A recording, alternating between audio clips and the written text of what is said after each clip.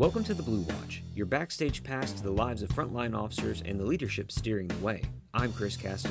Together, we'll navigate the challenges, hear the frontline stories, and leadership insights from those behind the badge. Today, we're sitting down with Interim Austin Police Chief Robin Henderson to talk about challenges in running one of the largest police departments in Texas. You recently picked a new assistant chief, and it was what some would call a different approach to choosing it through the selection process. Can you tell me a little bit about that? Yeah, absolutely. I would say all my picks have been unconventional or uncustomary, if you will. Please understand, I have a lot of work to do that I believe needs to get done. Now, please understand this is just me and how I would like to be able to move the department forward at a bit more of an aggressive pace, if you will. And in order to do that, I need to have people in places to help me achieve it. And I have a good understanding of how people work. I also know people have clear understandings of my expectations. And so to that end, I'm building a team to move the department forward at an aggressive pace. One of the things that I was told was that during a meeting that you had said, we're not going to have interviews for this position. That's a little different. Yeah. Oh, absolutely. And I told them in that same meeting that they've been interviewing for the job essentially since they promoted to lieutenant, because the chief of police has an option to select from the lieutenant rank. And then I also said, essentially, you've been interviewing since you got hired at the department. And so to make a determination based on a 15-minute interview, to me isn't my way of identifying the next person that I need to help join the executive team. It's based on a understanding of how they have already performed in this organization, particularly when you've been here for 27 years. You've had an opportunity to see for a very long time how people operate, their job performance, their dedication to the job, their dedication to the community. And for my determination to be in a 15-minute interview, well, then I haven't been doing my job of being aware of how my people work, the job that they're capable of doing. If I then need to sit down with them and ask them what they've been doing, that's a failure on my part. No, it's a great way of putting it. I actually like that, is that you've been actually applying for this job ever since you started here. So every step of the way. So it's kind of seeing their progression over time, not just in the last 2 months of trying to politic for a job. Because now it's become available and now you want to step up. No, your investment is demonstrated over your entire course of your career, not just when a position becomes available that you have an active interest in. No, absolutely. Would you say that that's kind of a reflection of your leadership style? Or how would you describe your approach to leading others? If anything, I'm just direct, but I also, a lot of times people say, you'll get that lead by example. Yes and no, because if you're doing it right, everybody would be leading by example. However, if you're doing it wrong, you're also leading by example. Yeah, showing just the wrong way one. to do it. A bad example. So that phrase, lead by example, well, bad or good. So we have to define that. And I would say that my style is very much wanting people to know, first of all, that I care. I truly care, but understand that also in that vein of caring, it takes an investment of time. And you can't say you care, but then not make the time, not take an active interest, not know what motivates your people or what their career goals are, what's important to them, even in their personal life. Do they have special interests? Is it, where they're at with their family and their children? And making sure that you are attentive to work-life balance, helping them achieve their goals, whether it's personal or whether it's job-related, and always being available to talk to people. But also, when you're a leader, you're going to get feedback, positive and negative feedback.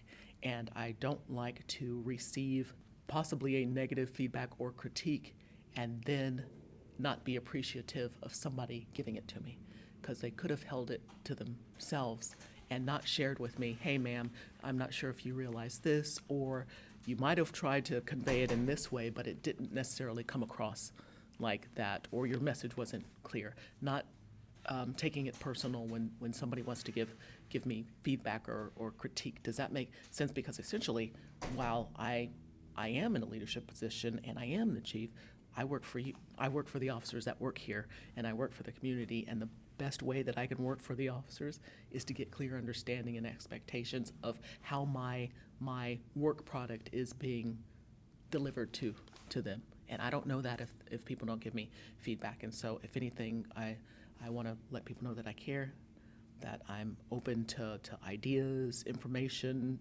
feedback, positive and negative, and just want them to know I'm ready to work just as hard as they are. I will show up, and that's that investment of time. Yeah, and I would say that you probably have succeeded so far in showing that you care. I think I've never been hugged by a chief as much as I've been hugged by you. And then I can think anybody in the department probably would say the same. Also, as far as the feedback thing, it's interesting because when you hear a negative feedback, when you actually do hear somebody provide negative feedback, it's kind of crucial to sit down and listen to it, because that's one voice coming back to you, but there is dozens maybe that decided to bite their tongue and not talk to you. Right, exactly. So it's crucial to hear that negative feedback. Absolutely. And then are you really trying to develop yourself as a leader if you only want to hear the good and don't want to hear the bad? Or when you hear the bad, you shut it down to where somebody won't bring you the bad again? So. Mm-hmm.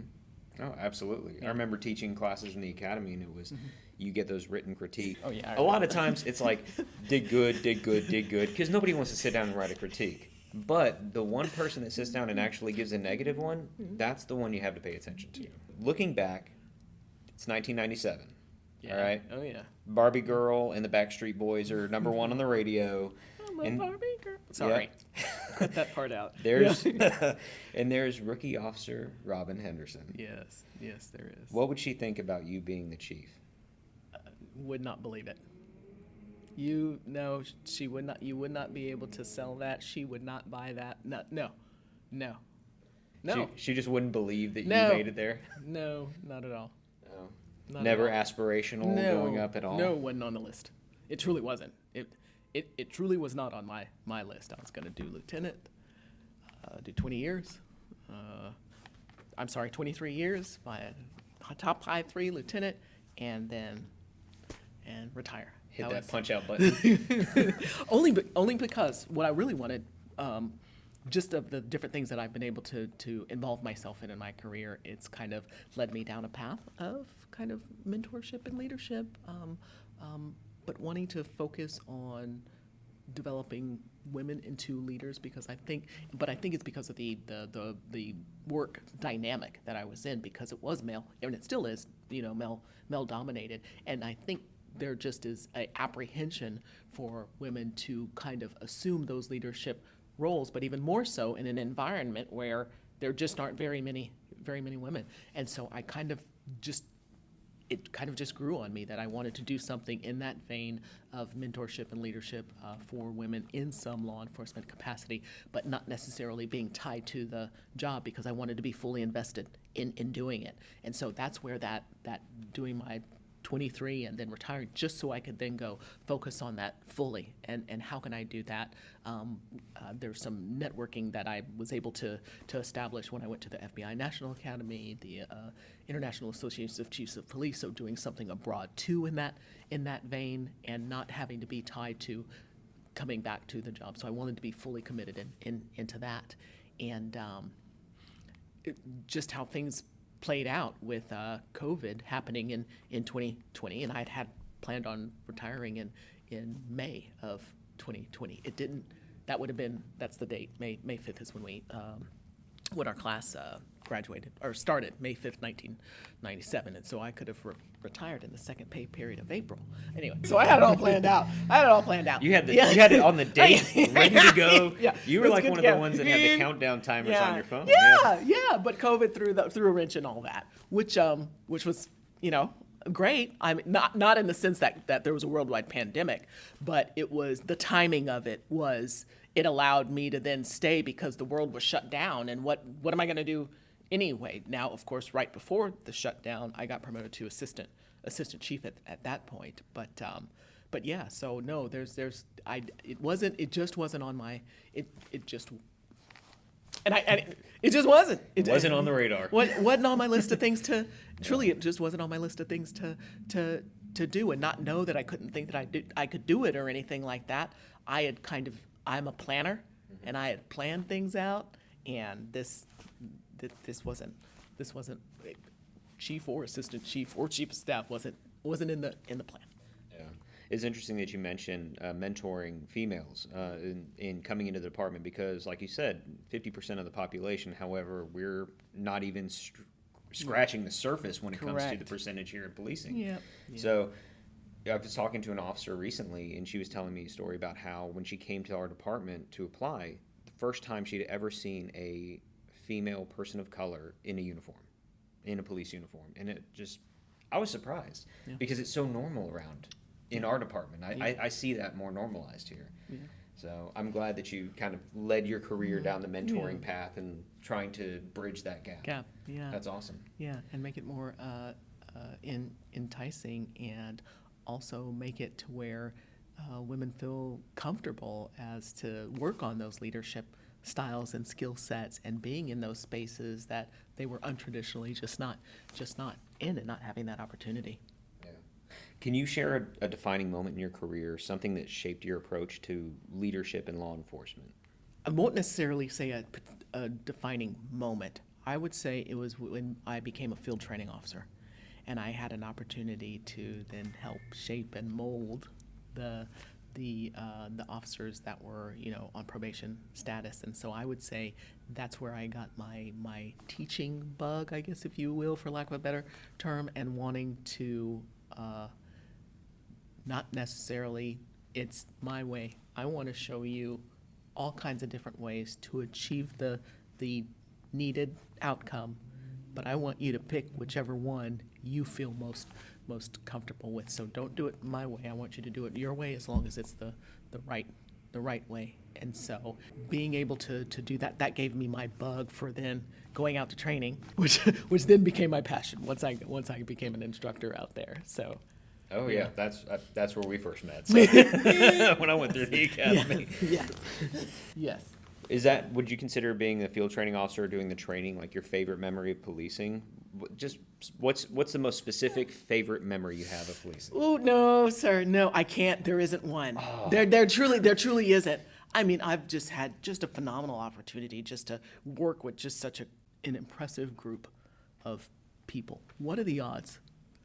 What are the odds that somehow I landed in one of the best police departments, if not the best police department in the entire nation? What are the odds?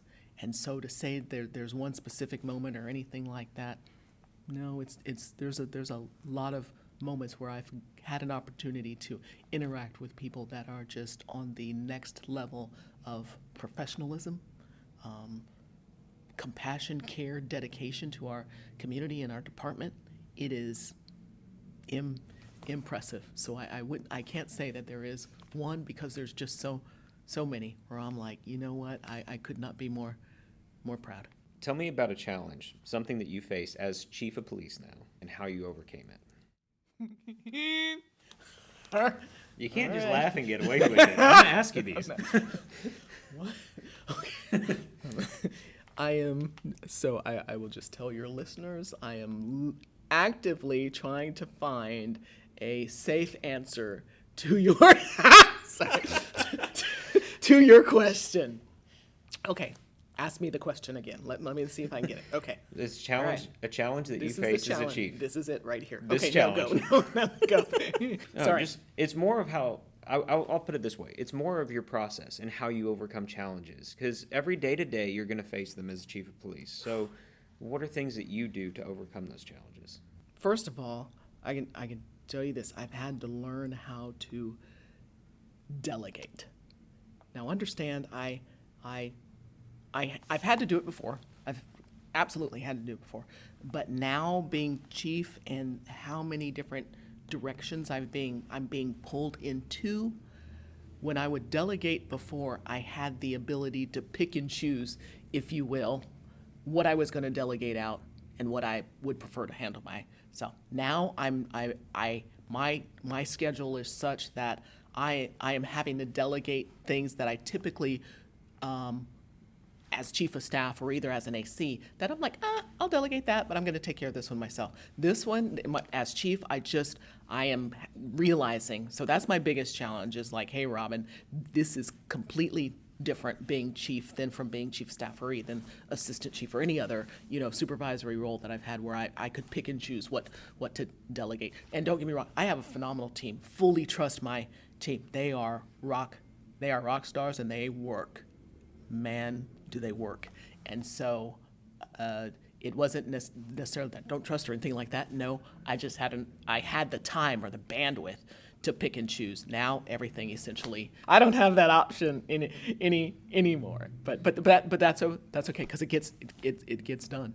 So and they do an impeccable job. So. Yeah, and it's a ton of pressure placed once you hit that spot in the office. It's like everybody you are the top of the pyramid there. Yeah. You're like, okay, now you're top of the food chain. Yeah.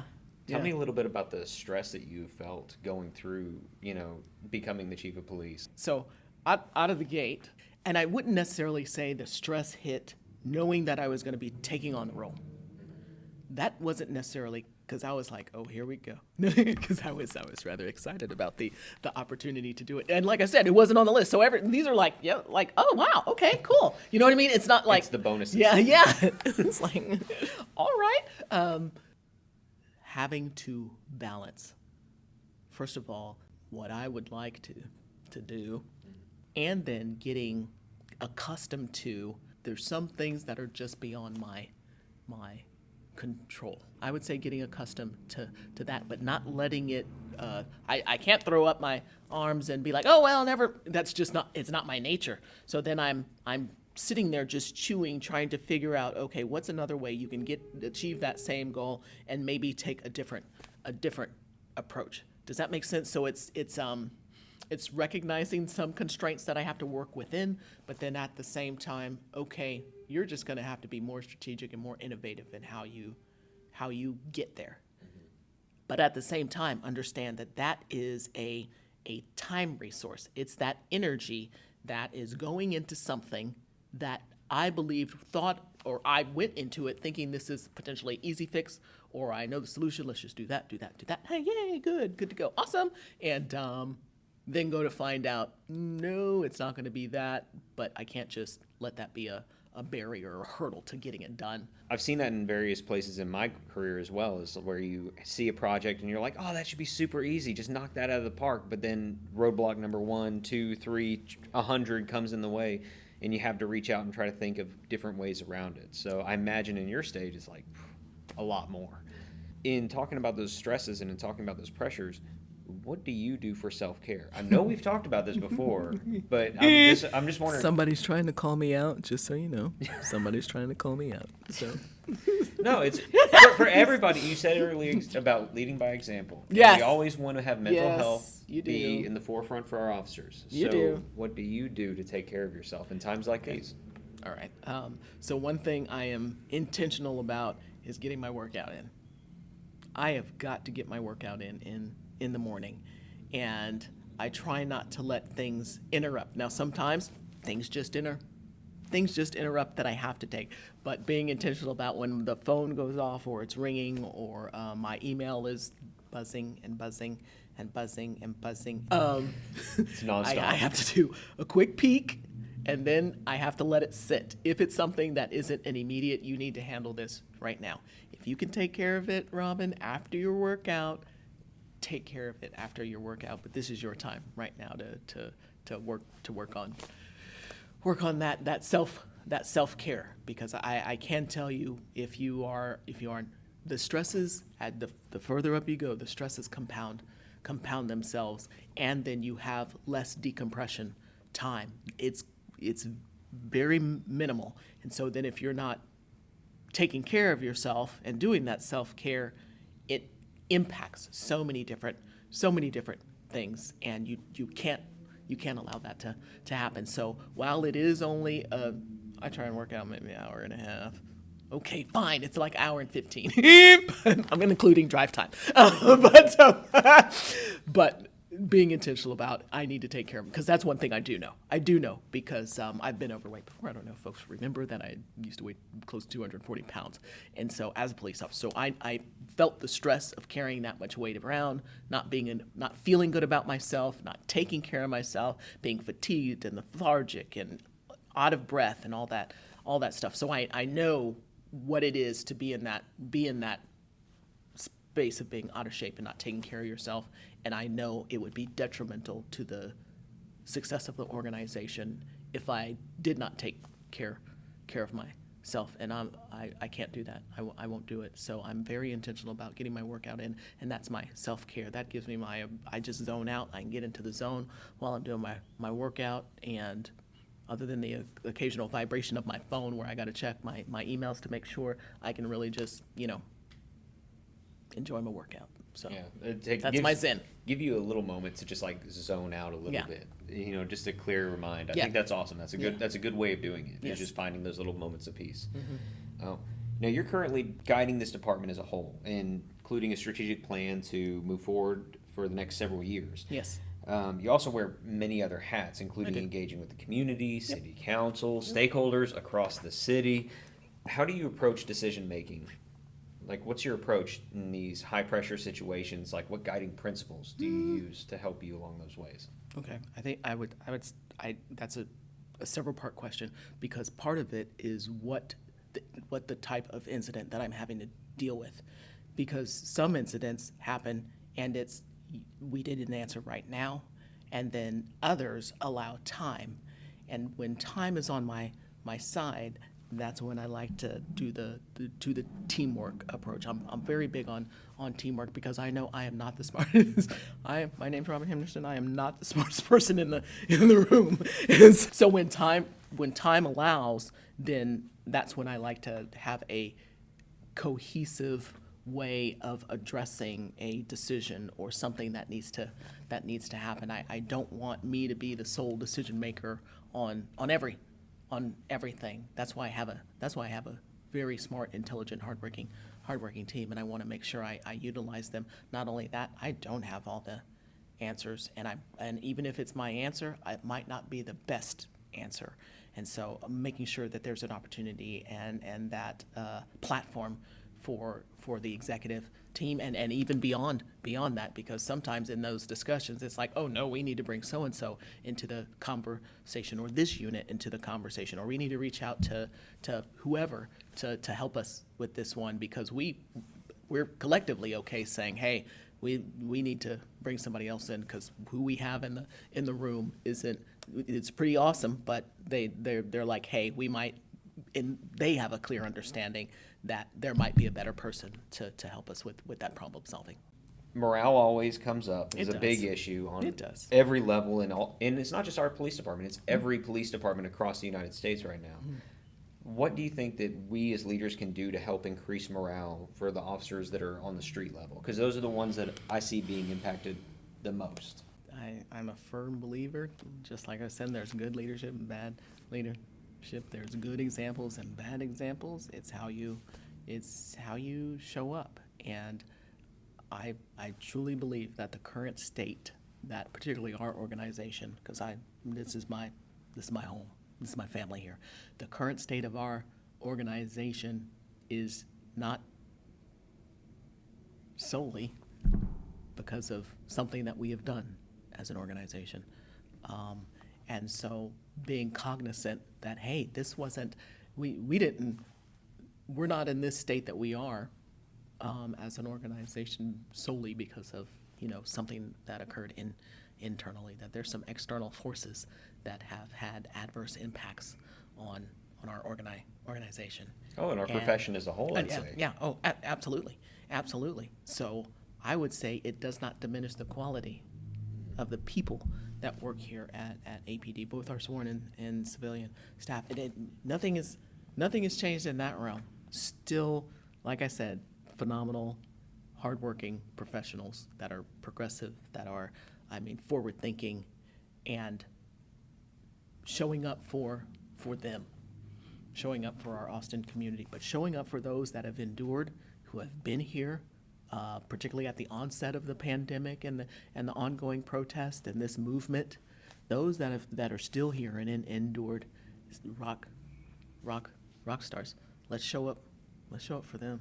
Mm-hmm. Let's show up for them with a positive attitude. We can only control what we can control. Yeah, and we're surrounded just by phenomenal people, and that has not changed. And there's a finite time that we have on this earth. Mm-hmm. The clock is running. It's always ticking. Yeah, It never stops. We're running out of time. We are literally running out of lifetime.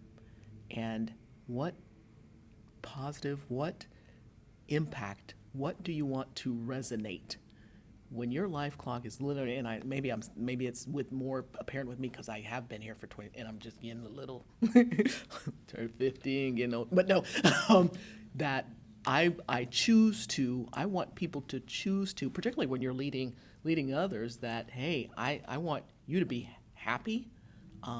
I understand there's some external, but when you come here, when you come to work, I want you to enjoy what you're doing, enjoy the people that are around you, and we're just going to do the best that we can with the opportunity we've been provided. Yeah. And I would also say, with all the officers that are doing all this phenomenal work that we do see every day, we see Officer of the Week, we put up the information, we try to let them know, but it's incumbent upon the leaders to notify, to let them know that they're doing an amazing job. Absolutely. Because if they aren't told that, then how are they going to know it? And let your people know that they care. I believe that was in some of the beginning statements, that you got to let people know that you care about them, and you do that by showing it. Yeah, got to show up. And that goes kind of into my next question. What qualities do you believe are essential for effective leaders? People will work harder for you when they know that they care about you, care about them, and you have to be a sound decision maker. You can't try and learn it in the moment. So you have to be proactive about learning, staying on top of. So you can't obtain a position and then not work on growth and development. You should be continually working on growth and development as a leader. So if anything, if there's one trait I would say, is that just because you achieve a position doesn't mean that you close the door to your own development and honing in your skill set and having a broad skill set. That's one of those essential things, that you have to be continually in a state of wanting to learn, grow, develop yourself.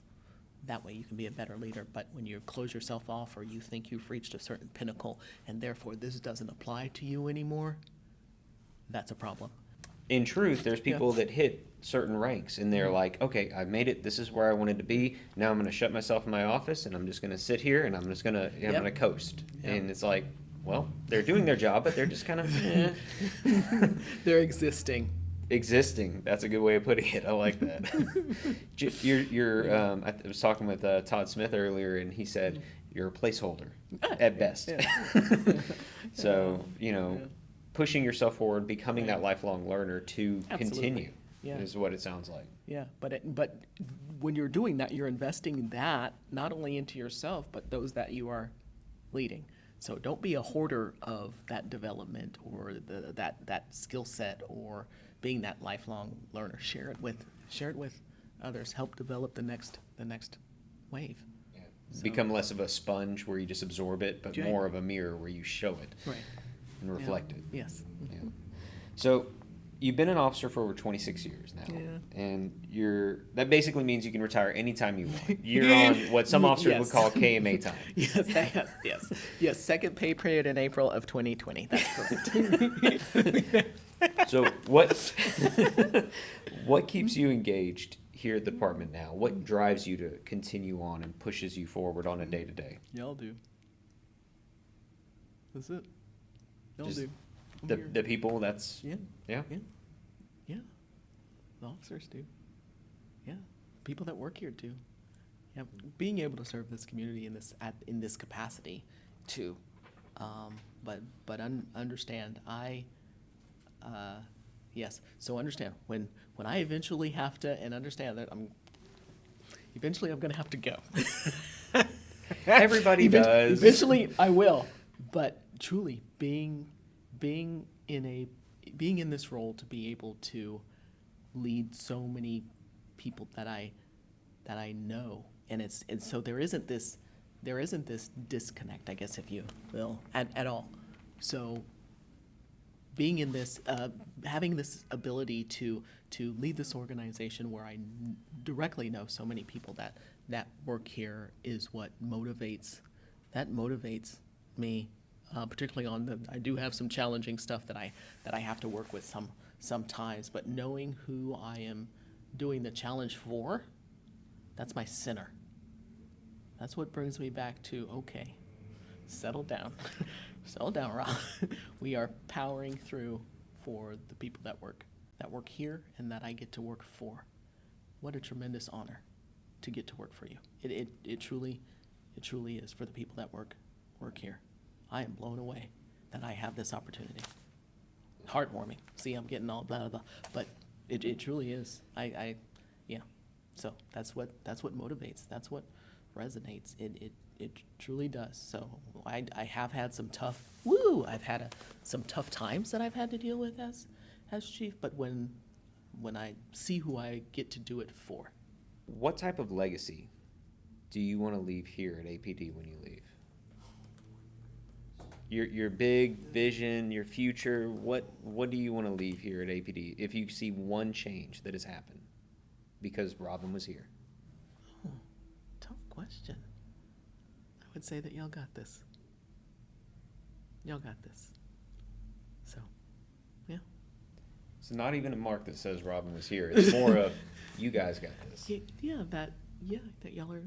When, like I said, I'm gonna have to turn in my stuff one day, and then when I leave, just knowing, hey, they're gonna continue to do great things, and I'll be able to just know that I've been a little part of that continued awesomeness. So that'd be it. That y'all got this. What great next thing is this department gonna do?